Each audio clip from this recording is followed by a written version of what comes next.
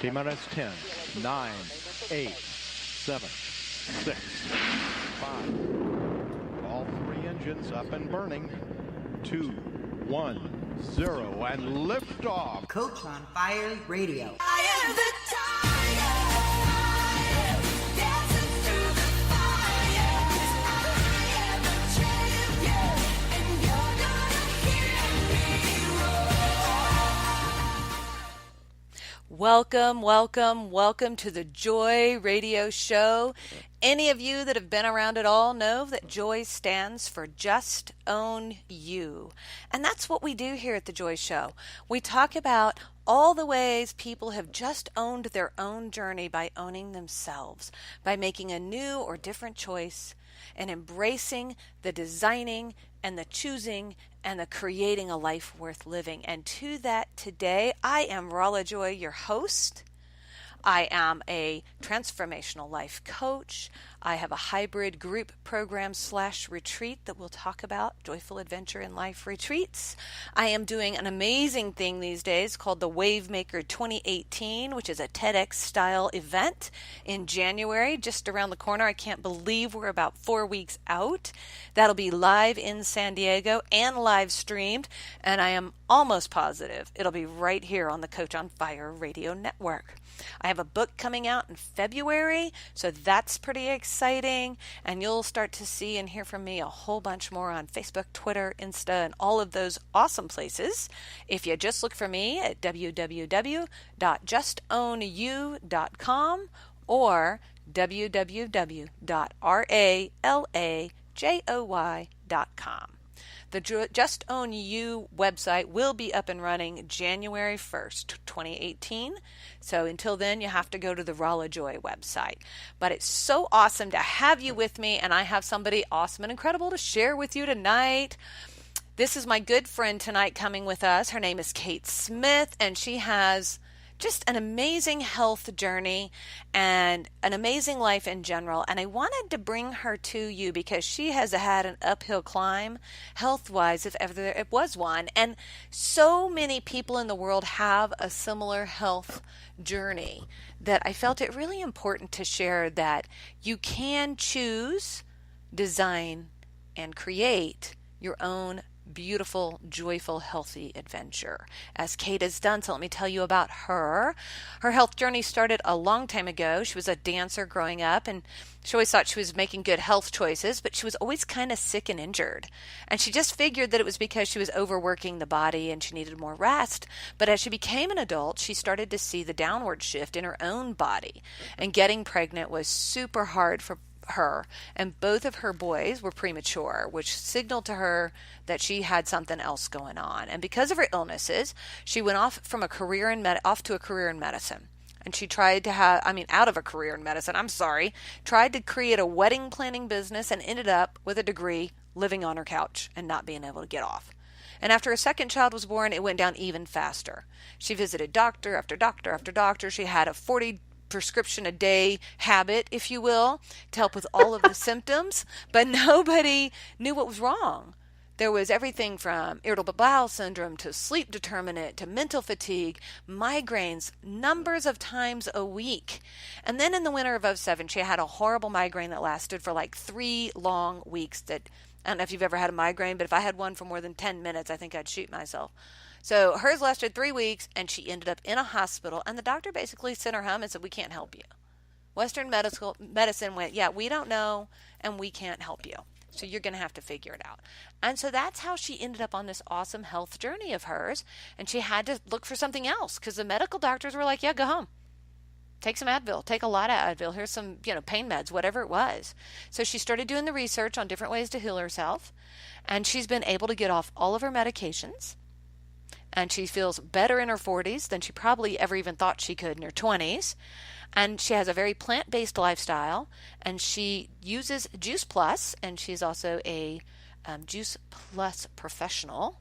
And she loves Juice Plus, and she wants to share it with the world. And she wants to share with you tonight how she released her stranglehold on the comfort zone and what that motivating moment was that helped her leap.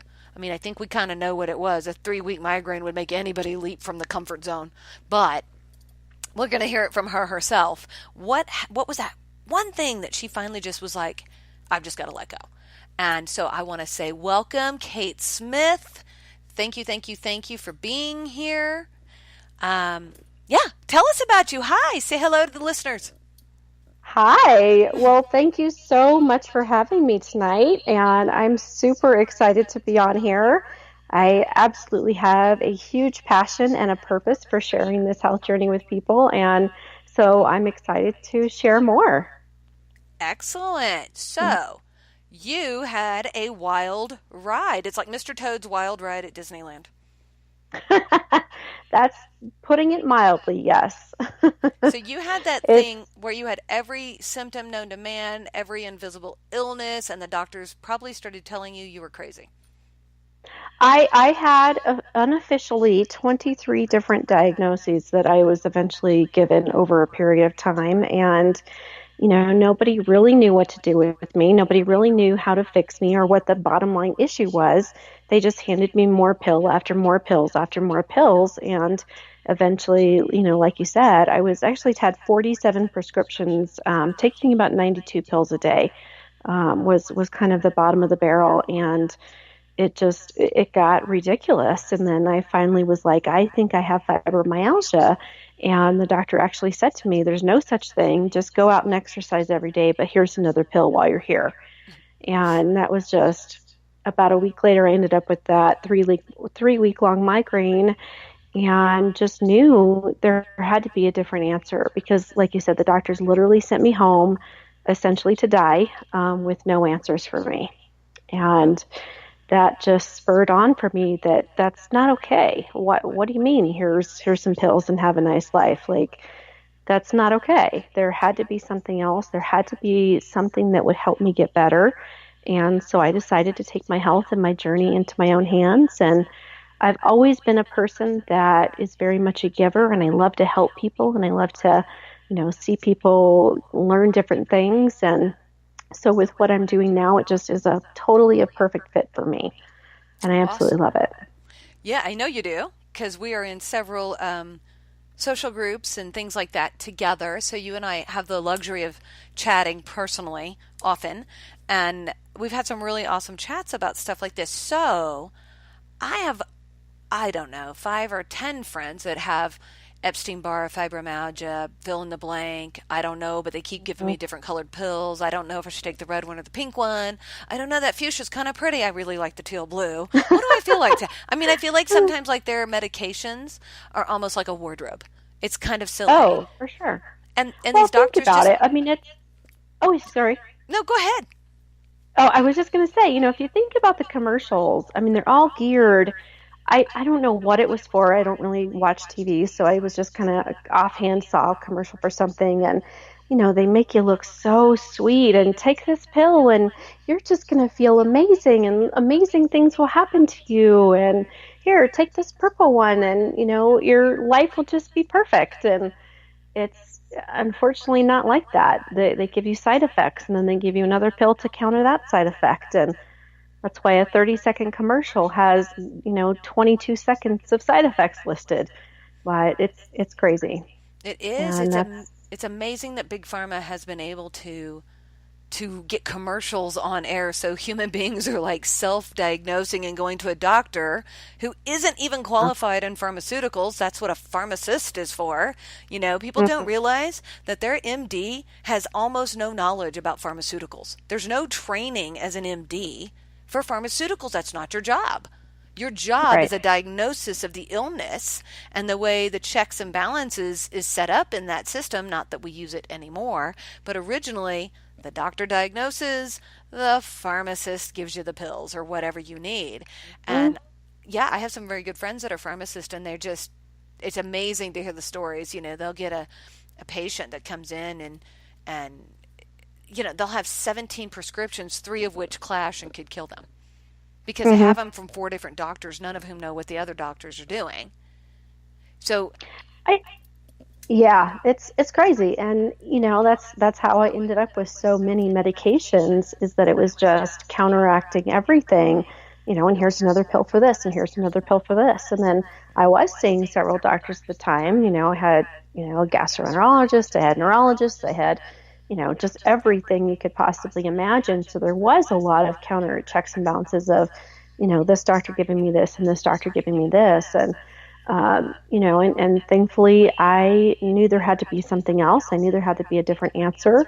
It did take time. And that's the one thing I really always reiterate to people is it was not an overnight, 5 days later, here I am and I feel great and all my pills are gone. It took quite a while, but, and eventually I left the, Western Medicine Society. I rarely ever see a doctor for anything anymore. And when I do, I try to see a naturopath or I try to see a DO because they at least get the nutrition side of things and your medical doctor doesn't. A medical doctor also has zero nutritional training. If you pick up, and that's the thing, like if you pick up any brochure, Cancer Society, Diabetes Association, all of them, the first thing they tell you is eat more fruits and vegetables. So why isn't your doctor telling you that? Right. Why is your doctor not handing you a prescription for, apples and oranges and, artichokes, for Pete's sakes? Like, that's our food. Right, because it doesn't come in a box. It's not easy. Although it's ironic, isn't it? Apples and oranges are pretty darn easy. It doesn't get a whole lot easier than an apple, an orange, some grapes. Now that's when the you get true fast food. Right, nature's fast food, exactly. Now, when you get into some of the cooking, are you on a raw diet or are you just on a primarily plant-based diet? I am on probably an 80% plant-based diet. I do eat meat occasionally, but I'm very picky about what that meat is and where it comes from. For example, I have a friend that they raise cows. They raise 6 cows a year. They take care of them. They're healthy animals. And then when they're slaughtered, we get, a portion of that beef. So, I'm very picky about the meat that I do eat for the most part. Occasionally, you can't always control it if you're eating out at a restaurant or, on vacation or something like that. But at home, it's probably closer to 90-10 as far as meat. The rest is plant-based. We eat a lot of fruits and vegetables. We eat a lot of, sautéed things. Very, very rarely do I have something fried. And I'll tell you, my guilty pleasure is French fries. So we'll just put that out there. It's not an all or nothing. It's not an all or nothing proposition here. She does live a little. I do live. I live an amazing, abundantly healthy life. And yes, I do have cheat days, just like every other person. And I really teach, it's called our 80-20 rule, because you do need that little bit of something in your life. Unfortunately, society just has it put out there for us, whatever that passion is, you're going to sneak it anyway. So you might as well have permission to do it. And when you do have permission to do it, you eat it much, much less and much less often. So it's definitely something, but yeah, for the most part, we do eat very clean, very healthy in our house. It just, the biggest thing that I have seen over the course of time is actually not my story. It's my son's. He, in first grade, had missed, 12 days of school for being sick. And he's a 12 or 11th. He's in 11th grade now and has only missed 3 days of school since we started on this health journey together. So that to me is huge. That's a legacy, and that's why I do what I do, and that's why I'm in this business, because it's a legacy of helping people be healthy. And, through all that journey, I actually also was diagnosed with ovarian cancer. And what's crazy is that I had that diagnosis just about the same age. I was 3 months off from the age that my mother was when she was diagnosed with cancer. And she actually passed away when I was 18. And that's not a legacy I want to leave my children. And that is why I have such a purpose and a passion for helping people live healthy, and creating that life in a healthy version. Well, and wow. of course, wealth ain't bad either. No, right. And so you have a son. I mean, there were 17 questions I want to ask you. So I'm going to start with the kid question because I know with your crew and with people that are on my crew that'll be listening, they're going to want to know, how do you get an 11th grader to eat a mostly plant-based diet? How do you control their intake of, sodas and junk food and all of that? Because I know I can't get my 9th grader to eat anything appropriate right now. So how does that work? Is he in resistance? I mean, he's in school and there's a lot of peer pressure associated to food and eating at school.